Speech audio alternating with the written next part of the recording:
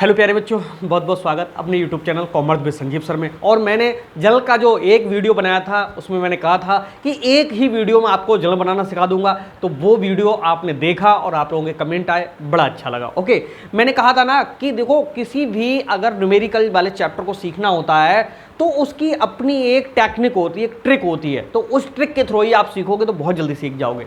अब ये हम पहला क्वेश्चन आपके लिए अब सॉल्व करके यहाँ दिखाएंगे। देखिए, आपका सब कुछ ऐसा लगेगा कि अरे जल में तो हमें बहुत कुछ आता है। ओके, और जो नए लोग अगर इस वीडियो को देख रहे हो तो उनके लिए ये हमारे ऑफिस का व्हाट्सअप नंबर है 9719811101। व्हाट्सअप ग्रुप में शामिल होना चाहते हो तो हो सकते हो, यहाँ से PDF है और क्लास ज्वाइन करना चाहते हो तो हो सकती है। ओके, तो यहाँ पर मैं बता दूं, जनरल का पहला क्वेश्चन है ये, और निम्न से मोहन की पुस्तकों में जनरल प्रविष्टियां कीजिए। अब आपको एक चीज और बताएं, इसी तरह का आपको क्वेश्चन मिलेगा, ठीक है। और इसी तरह के क्वेश्चन को जनरल प्रविष्टियों में आपको चेंज कर देना। देखिए किस तरह से होता है। यहाँ पर क्वेश्चन नंबर 1 हम सॉल्व कर रहे हैं। पहले वाले कॉलम में लिखेंगे क्या, डेट।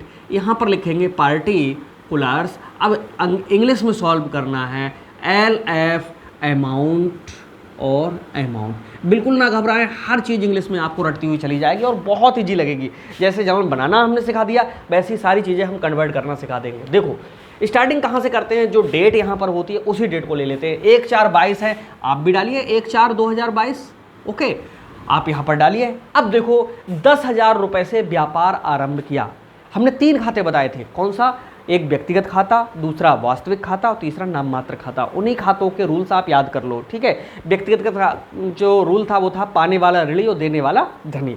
और जो संपत्ति खाता था, व्यापार में आने वाली संपत्ति को डेबिट और जाने वाली को क्रेडिट। और नाम मात्र का था, हानि और व्यय को डेबिट करेंगे और आय और लाभ को क्रेडिट करेंगे। अब यहाँ पर देखो 10,000 से व्यापार आरंभ किया। ये देखा करो कि व्यापार में क्या आ रहा है और क्या जा रहा है। 10,000 रुपये व्यापार में आ रहे हैं और व्यापार में आने वाली संपत्ति को क्या करते हैं, ऋणी करते हैं। तो एक बात तो निश्चित हो गई कि यहाँ पर कैश अकाउंट डेबिट, रोकड़ को क्या कहते हैं, कैश कहते हैं।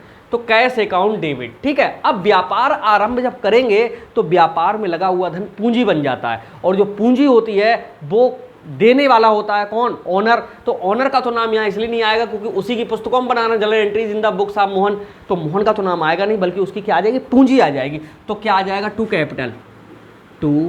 Capital account. नरेशन में लिखेंगे बीइंग, बिजनेस स्टार्टेड लिखेंगे। अच्छा, कितने हजार से इसने बिजनेस स्टार्ट किया, 10,000 से और 10,000 से। कभी भी अब पहली एंट्री आप भूल नहीं सकते।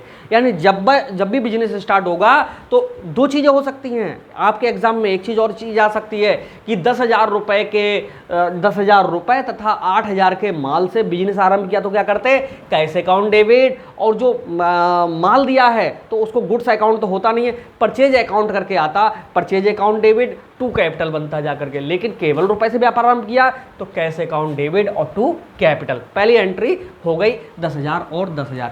कठिन नहीं लगी, ये नई एंट्री थी, आपने देखा। अब अगले 2/4/22 के लिए आप भी डाल दो, 2/4/2022 के लिए। भैया क्या कह रहा है, राम से माल खरीदा 4,000, नगद है उधार है समझ गए होगे कि नाम दिया हुआ हो और साथ में नगद उधार ना हो तो वो उधार ही होता है। सेकंड एंट्री में है, राम से माल खरीदा कितने का, 4,000 का। माल खरीदने को क्या कहते हैं, परचेज कहते हैं। तो तुरंत एंट्री होगी परचेज अकाउंट डेबिट, ठीक है। और राम से माल खरीदा तो माल देने वाला कौन हो गया, राम, और देने वाले को क्या करते हैं, धनी करते हैं। इसका मतलब है टू राम। नरेशन में लिखेंगे being goods purchased from Ram, ठीक। ये इसके अंदर ही आ जाना चाहिए। इस तरह से लाइन भी खींची जाती है। कितने की है, 4,000 रुपये का माल खरीदा और 4,000। 2 वाली लाइन थोड़ी सी इधर हटा करके लिखते हैं। अगली डेट आ गई 3/4/22। देखो इस तारीख को क्या हुआ, हरि को माल बेचा 1,000। अब ये भी कैसा है, उधार है। क्यों, नाम दिया हुआ हो, नगद उधार ना लिखा हो तो समझ लो क्या है, उधार है। अगर नगद बेचा होता तो हरि से मतलब ही नहीं रहता, ठीक है। तो सीधे देखो पाने वाला कौन होता है, ऋणी। अब हम माल बेचेंगे हरि को तो माल मिलेगा किसे, हरि को मिलेगा। तो पाने वाला ऋणी यानी हरि क्या होगा, डेबिट। किसी नाम के आगे अकाउंट नहीं लगाते। अच्छा, ये चीज़ हमने कल भी बताई थी। तो हरि डेबिट, और माल बेच रहे हैं तो माल बेचने को क्या कहते हैं, सेल्स अकाउंट।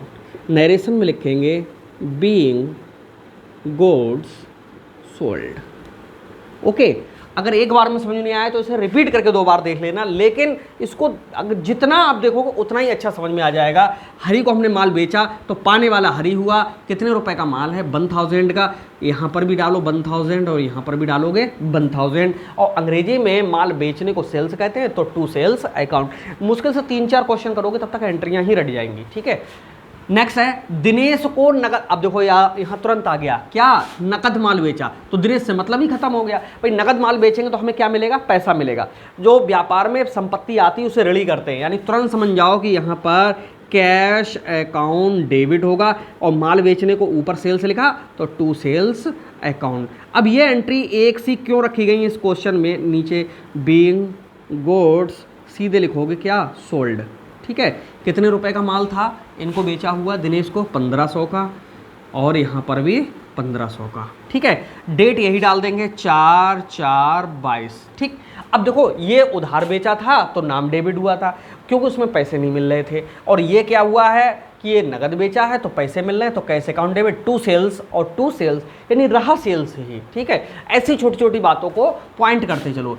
माल बेचा कितने का, 800, कुछ लिखा ही नहीं, नगद बेचा उधार बेचा तो कैसा होगा, किसी का नाम ही दिया हुआ नहीं तो नगद होगा, ठीक। इन्हीं चीज़ों को आपको सिखाना है, यानी माल बेचा 800 का, इसका मतलब है हमारे पास में कैश आया होगा, तो सीधे लिखो कैश अकाउंट डेबिट। और माल बेचा तो माल बेचने को क्या कहते हैं, सेल्स अकाउंट कहते हैं, नीचे लिख देंगे बीइंग गुड्स सोल्ड, ठीक है। नरेशन में देखो कितने 800 रुपये यहाँ पड़ जाएंगे और 800 रुपये यहाँ पर पड़ जाएंगे, ठीक है। डेट क्या होगी 5/4/22। अब यहाँ पर ऐसी 6/4/22 को डाल लेंगे। अगली एंट्री देखिए क्या कह रही, अगली एंट्री कह रही माल खरीदा। जब माल खरीदेंगे तो क्या करेंगे, पैसा जाएगा हमारे पास से। जब ये लिखा ही नहीं है नगद है उधार है, तो यहाँ पर कैसा होगा, नगद होगा। क्यों, उधार होता तो किसी का नाम दिया हुआ होता, तो सीधे माल खरीदा है तो भैया परचेज अकाउंट डेबिट कर लो। एंट्री बनेगी क्या, परचेज अकाउंट डेबिट, और नरेशन में क्या जाएगा, टू कैश अकाउंट। नरेशन में लिख दो बीइंग गुड्स परचेज्ड, ओके। देखो कितने रुपए, 8000 हैं तो 8000 और 8000, पन्ना भर जाता है तो यहाँ पर इनका दोनों का क्या कर दिया जाता है, टोटल कर दिया जाता है, और वही टोटल अगले पेज पे ले जा करके फिर से वहाँ से स्टार्ट हो जाता है, ठीक है। तो अब यहाँ अगला पेज तो है नहीं, मैं यहीं पे आपको करके दिखाता हूँ किस तरह से आपके लिए आगे करना है, ठीक है।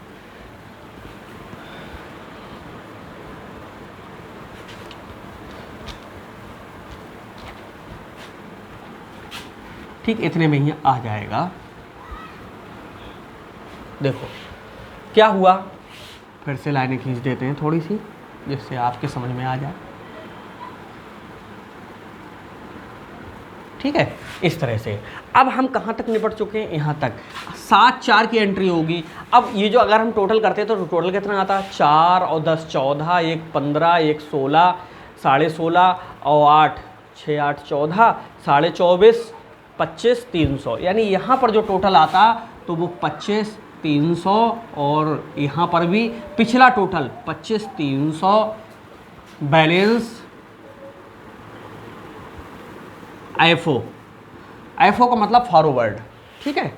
और या यहाँ पर बीडी करके लिख सकते हैं, ठीक। बीडी का मतलब होता है ब्राउट और डाउन, यानी नीचे ले आए, ठीक है। यहाँ पर बीएफ और सीएफ भी लिखा सकता है, कैरी फॉरवर्ड और ब्राउट फॉरवर्ड, ठीक है। कई शब्द आते हैं, लेकिन यहाँ आप टेंशन मत लीजिएगा, सीधे समझिएगा कि जो पुराना बैलेंस है वो हमारा 25 300 और 25 300 है। अब यहाँ पर अगली एंट्री करना शुरू करेंगे 7/4/22 से। यहाँ लिखिए 7/4 और 22। क्या हुआ 7/4/22 को, रमेश को वेतन दिया। हमने कल सिखाया था आपके लिए कि वेतन जब किसी को देंगे तो उसके नाम से कोई मतलब नहीं होता, मतलब कैसे होता है, वेतन से। ये व्यापार का खर्चा होता है, तो वेतन को अंग्रेजी में क्या कहते हैं, सैलरी। सीधे मारो सैलरी अकाउंट डेबिट, और वेतन देंगे तो रुपया हमारे पास से जाएगा, तो टू कैश अकाउंट। नरेशन में लिख देंगे बीइंग सैलरी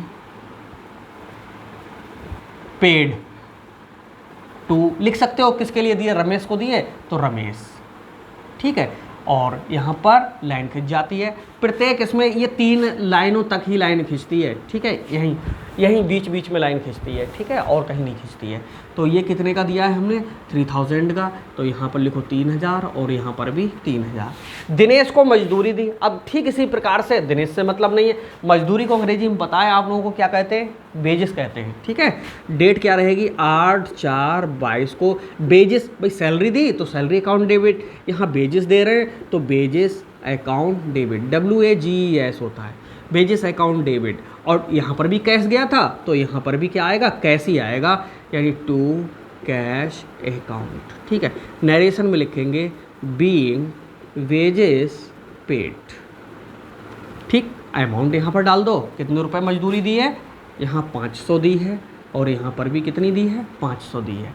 इसके बाद में फर्नीचर खरीदा 9/4/22 के लिए, तो भैया 9/4/22 देखो फर्नीचर खरीदेंगे तो हमारे पास में क्या आएगा, फर्नीचर आएगा, और जाएगा क्या, पैसा जाएगा।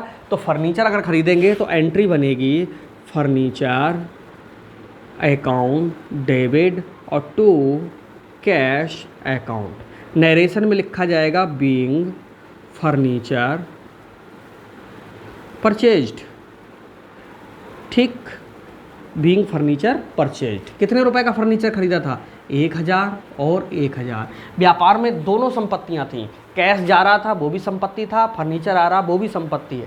इसमें रूल लगता है व्यापार से जाने वाली संपत्ति को क्रेडिट, इसलिए टू कैश अकाउंट हुआ, आने वाली संपत्ति को डेबिट, इसलिए फर्नीचर अकाउंट डेबिट हुआ, ठीक है। अभी आपको सिर्फ सीखना है, ये सारी चीज़ें अगर आप लोग ग्रुपों में जुड़ोगे तो फिर से रिपीट होंगी। और मैं तो किसी भी मतलब क्लास को पढ़ाता हूँ तो एग्ज़ाम तक 4 बार कोर्स रिपीट करा देता हूँ, तब अंदाज़ा लगाइए कि कितना हलवा हो जाता होगा, ठीक है। कमीशन मिला, अब कमीशन मिलेगा तो क्या होगा, हमें फ़ायदा होगा नुकसान होगा, फ़ायदा होगा। कमीशन मिला, समझो मिला का मतलब क्या, हमें पैसे मिले होंगे, तो जब पैसे मिले होंगे तो व्यापार में पैसे आ रहे होंगे, यही कॉमन सेंस लगाना होता है। 10, 4 और 22 को एंट्री करो कैश अकाउंट डेबिट, किसके मिले, कमीशन के, तो टू कमीशन, ठीक है। और नरेशन में लिखेंगे बीइंग कमीशन रिसीव्ड, ठीक है। इस तरह से आपको डाल देने कितने रुपए, 80 रुपये और 80 रुपये। बाद में इन दोनों का टोटल कर देना और जो टोटल होगा वो कैसा होगा, एकदम बराबर होगा। कितना होगा, 25 और 3 28 और 1 29, 500 300 800, 29,880, 29,880 और यहाँ पर भी 29,880, दोनों का टोटल बराबर आता है। हालांकि अभी कोई ऐसी आवश्यकता नहीं है कि टोटल 25 3 28 और 1 29, 500 300 800 और 80 ये, ठीक है। इस तरह से 29,880 29,880 ये क्वेश्चन आपने पहला देखा, कितना समझ में आया कमेंट में जरूर लिखिएगा। और जो लोग जुड़ना चाहते हो यहाँ से जुड़ सकते हैं। तो मिलते हैं नेक्स्ट वीडियो में, तब तक के लिए बाय बाय।